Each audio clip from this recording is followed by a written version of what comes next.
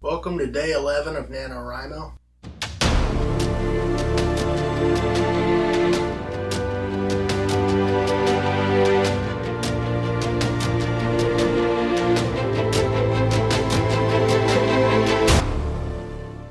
It's been brought to my attention that some of you would like a little bit more insight into the actual book that I'm writing.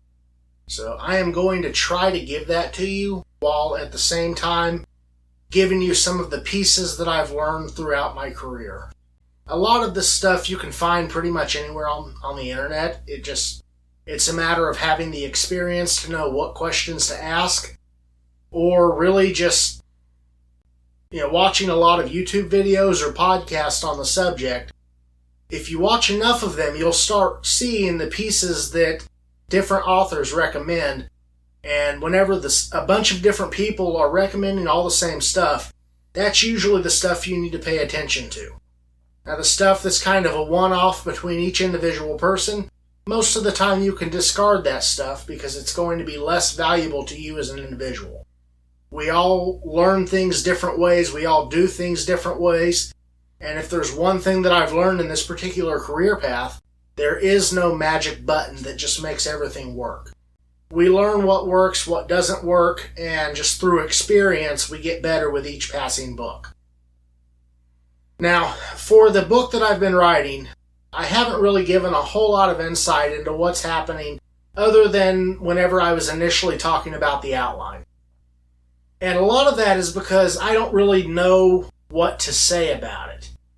I mean, I can tell you what I've written within the past day, which has been just under 5,000 words.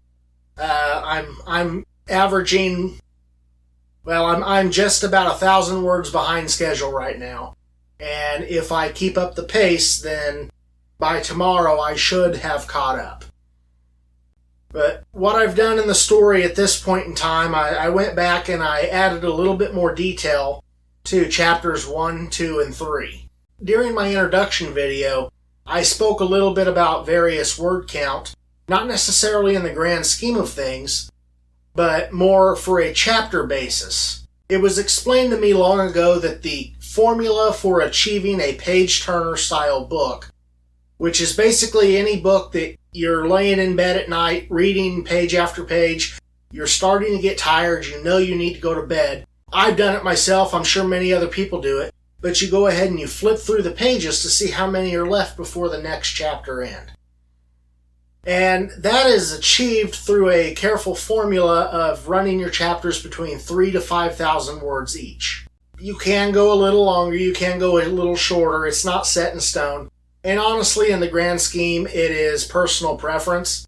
I can say that most publishers want chapters to be between 3,000 to 5,000 words. So that's where I tend to make my chapters. What I did with the first 3 chapters of this book, and I've spent the last day doing that, was increasing all of them to that 3,000 to 5,000 word template through use of description. I don't want to say that I just added a bunch of random description in just to spice up the word count. That's not it at all. It was pointed out to me a long time ago that I used to make a rookie error. And that was, I could tell the story, but a lot of times I was lacking on world building. I didn't really give enough details to paint the picture in a way that the reader could understand or follow along to the desire that I want.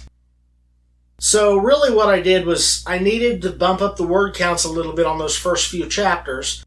So I just went in, I reread them, I found spots that I could strengthen through a little bit of tweaking, and rather than doing it in a single large block of text, where I'm just describing everything just to boost the word count, I went in and I sprinkled details throughout, just strengthening the story as a whole.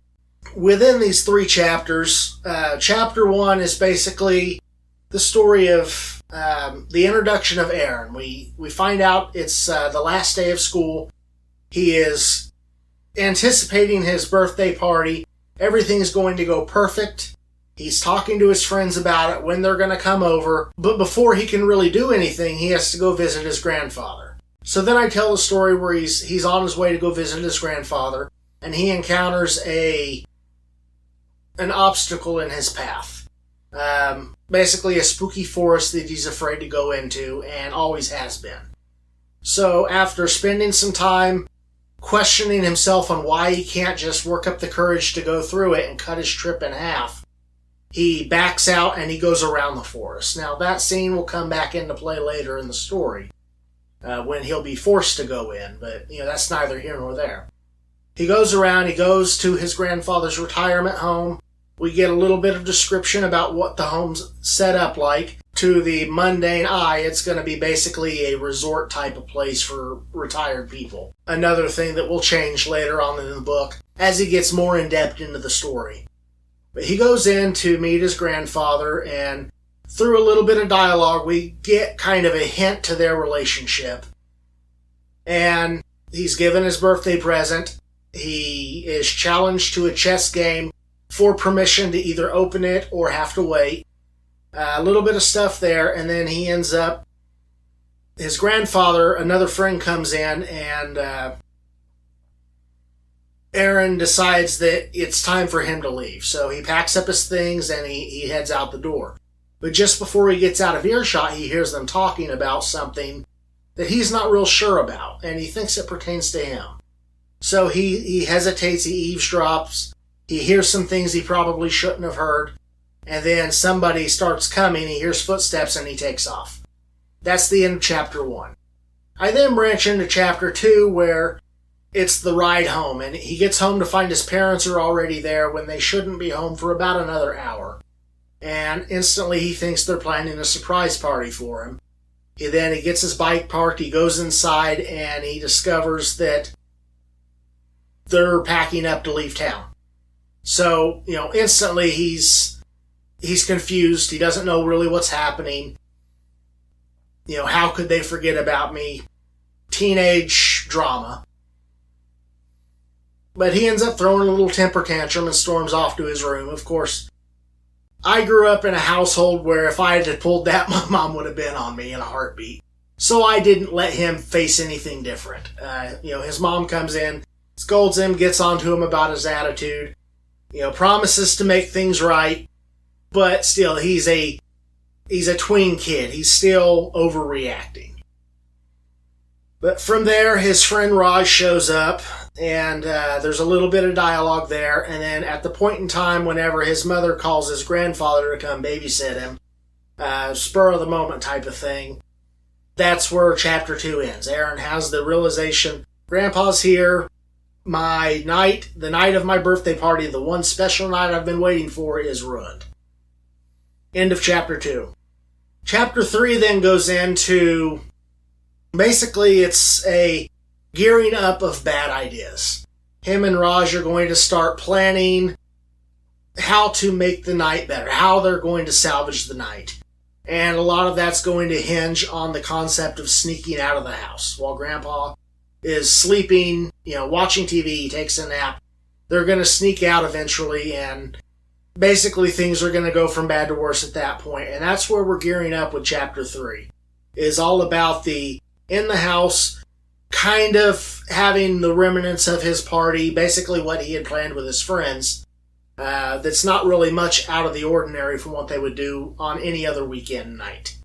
Chapter 3, that's really all that's happening in chapter 3. They're in the house, they're gearing up. Every time they start to sneak out, something calls them back. But they eventually will sneak out for chapter 4. In fact, when they leave the house in chapter 3, that's when chapter 4 starts.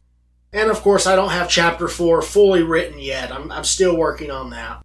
Anyway, I believe that's going to do it for this video. We will see you guys tomorrow with the updates of anything new written. And if I feel that there is some other tip or technique or thing that you need to know about, I'll try to pencil it in. We'll talk to you guys tomorrow. Bye.